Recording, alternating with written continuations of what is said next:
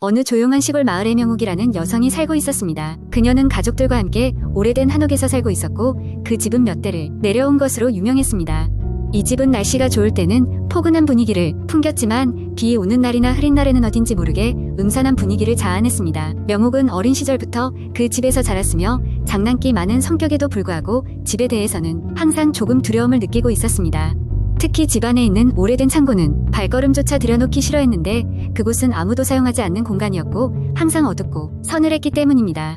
어느 날 부모님이 멀리 여행을 떠나게 되어 며칠간 집을 비우게 되었고 명옥은 동생과 함께 집을 보기로 했습니다. 처음 이틀은 아무런 이상한 일 없이 지나갔습니다. 둘은 부모님이 없는 틈을 타 늦게까지 TV를 보며 즐거운 시간을 보냈습니다. 그러던 어느 비 오는 밤 명옥은 갑작스럽게 잠에서 깼습니다. 벼락 소리 때문인지 아니면 이상한 꿈을 꿨기 때문인지 확실하지 않았습니다. 그녀는 잠시 뒤척이다가 물을 마시기 위해 부엌으로 갔습니다. 부엌에 도착했을 때 그녀는 등골이 오싹해지는 소리를 들었습니다. 그 소리는 집 뒤쪽에 위치한 오래된 창고에서 나고 있었습니다. 바람에 의한 소리일 거라고 자신을 다독였지만 어딘가 그 소리는 사람의 속삭임같이 느껴졌습니다.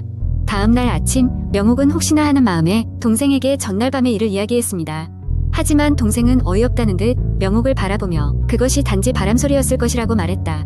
명옥도 그럴 거라며 대수롭지 않게 넘기기로 했습니다. 하지만 그날 밤 그리고 그 다음날 밤에도 똑같은 소리가 계속 들려왔습니다. 걱정이 된 명옥은 할머니께 전화를 걸었습니다. 할머니는 마을 근처에 살고 있었고 젊었을 때 이 집에서 생활한 경험이 있었기 때문입니다. 할머니는 잠시 말을 멈추더니 조용한 목소리로 그곳에 간섭하지 말거라. 그곳은 우리 조상이 계시는 곳이란다.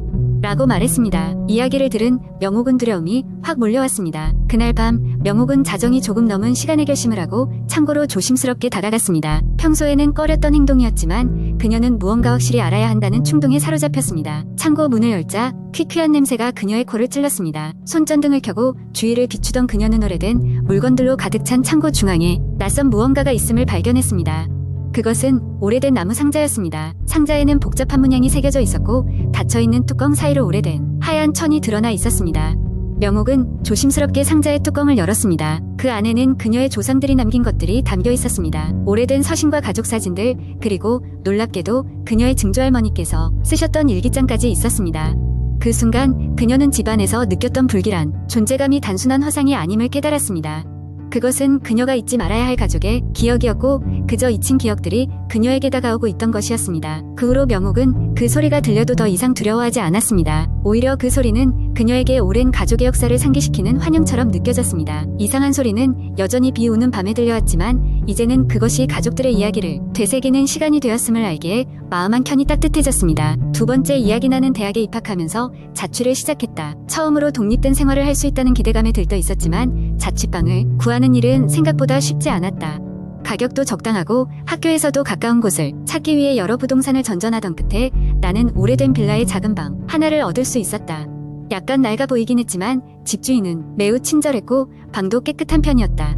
무엇보다도 집세가 정말 저렴했다. 이사를 마치고 첫날 밤 나는 침대에 누워 새로운 환경에서의 생활을 상상하며 잠이 들었다.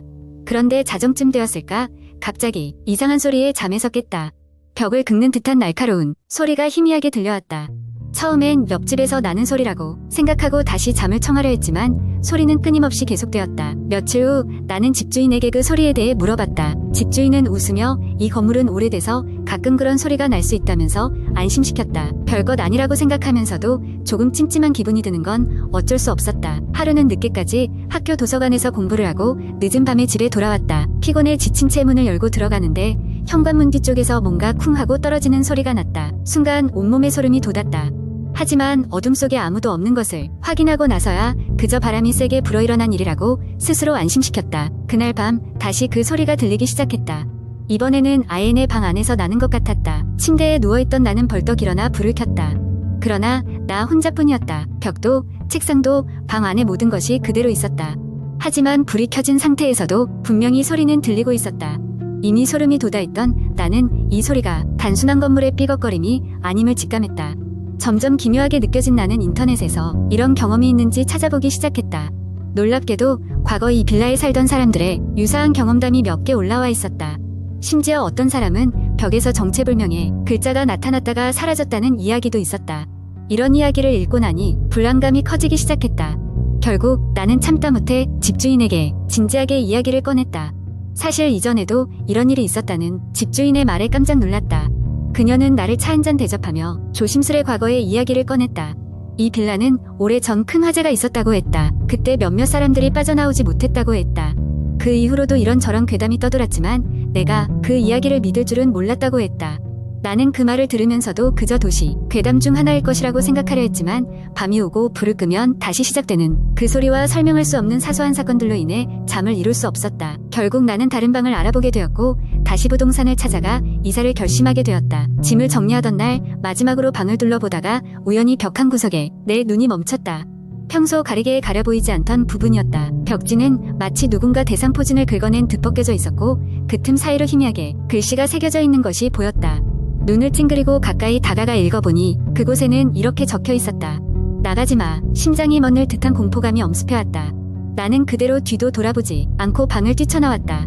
그리고 다시는 그 빌라로 돌아가지 않았다. 이후로도 그 빌라가 새로운 주인을 찾았다는 이야기를 듣지 못했다. 때때로 인터넷을 통해 그곳에서 새로운 이야기가 올라오기도 했지만 나는 더 이상 그 이야기에 끼어들지 않기로 했다. 그냥 그저 오래된 건물에서 일어날 법한 일이라고 스스로 위안 삼으며 말이다. 하지만 가끔씩 그 벽에 적힌 글자가 떠오를 때마다 나는 그 빌라에 여전히 무언가가 남아있다는 생각을 지울 수가 없다. 세 번째 이야기 한 곡. 인터넷에는 다양한 공포 경험담이나 도시 전설이 공유되곤 합니다. 이 이야기는 그러한 공포 썰 중 하나로 상상의 산물임을 미리 알려드립니다. 어느 조용한 시골 마을에 한 젊은 여성이 이사왔다. 그녀의 이름은 지혜였고 도심에서의 번잡함을 피해 이곳으로 이주하게 되었다. 마을은 너무나도 평화로웠고 이삿짐을 정리하는 데 도움을 주려는 친절한 이웃들 덕분에 그녀는 쉽게 적응할 수 있었다. 지혜가 살게 된 집은 오래된 전통 한옥이었으며 몇 년간 비어 있었다고 했다. 그래서인지 집 내부는 조금은 음산한 느낌을 주었다. 가장 이상한 점은 집 한쪽 구석에 덩그러니 놓여있는 오래된 장롱이었다. 이사는 완료했지만 그 장롱만큼은 무겁고 낡아서 옮길 수 없어 그대로 두기로 했다. 며칠간은 아무 문제 없이 지나갔지만 어느 밤부터인가 이상한 일이 일어나기 시작했다. 새벽 2시쯤 그녀는 장롱에서 나는 듯한 소리를 들었다. 처음에는 쥐나 다른 작은 동물들이 만들어내는 소리로 생각했지만 점차 소리는 사람의 속삭임처럼 변해갔다. 여기 지혜는 무서움을 느꼈지만 혹시나 꿈을 꾸고 있는 것이라며 자신을 달랬다. 그러나 날이 갈수록 소리는 점점 더 명확해졌고 다른 친구나 이웃들에게 물어보아도 아무도 어떤 이상한 소리도 들리지 않았다고 했다. 그녀는 결국 한밤중에 혼자 집에 구석구석을 뒤졌지만 이상한 점은 없었다. 그럼에도 불구하고 그 소리와 속삭임은 계속해서 그녀를 괴롭혔다. 마을 사람들은 지혜에게 장롱에 얽힌 이야기를 들려주었다. 그 장롱은 수십 년 전 이 마을에 살았던 한 가족이 남긴 것인데 그 가족은 어느 날 흔적 없이 사라져버렸다는 것이다. 그 이후로 그 집에는 아무도 살지 않았고 장롱도 그대로 남아있다고 했다. 결국 지혜는 그 장롱을 없애기로 마음먹고 마을의 철물점 주인에게 도움을 요청했다. 장롱을 옮기던 도중 우연히도 장롱의 바닥이 두 겹이라는 것을 알게 되었다. 헐거운 바닥판을 떼어내자 작은 칸이 나타났고 그 속에서 오래된 일기장 한 권과 낡은 인형 하나가 나왔다. 일기장은 바로 이 마을에서 사라진 가족의 딸이 썼던 것이었다. 일기에는 밤이 되면 장롱에서 누군가 자신을 부른다는 내용이 빼곡히 적혀 있었다. 그리고 어느 날 가족 전체가 그 장롱 속것으로부터 도망치기로 했다는 마지막 기록이 있었다. 지혜는 일기장을 읽으며 소름이 돋았다. 장롱을 없애기로 한 결정이 옳았다는 것을 깨달은 그녀는 주인과 함께 장롱과 그 속의 물건들을 모두 처리했다. 그 이후로 그녀는 더 이상 속삭임을 듣지는 않았다. 그러나 마을 사람들은 여전히 그녀에게 조심하라고 경고했다. 남의 비밀을 알게 된 사람은 그 비밀에 얽매일 수밖에 없다고 말이다. 지혜는 마을 사람들의 충고를 가슴에 새기며 더 이상 이상한 일이 일어나지 않기를 바랐다. 그녀는 그 집에서 계속해서 살았고 오랜 시간이 지난 후에야 비로소 안정을 되찾을 수 있었다. 하지만 어느 날 그녀가 오래된 창고를 정리하다 갑자기 어디선가 인형이 굴러나왔다. 분명히 없앴던 그 인형이었다.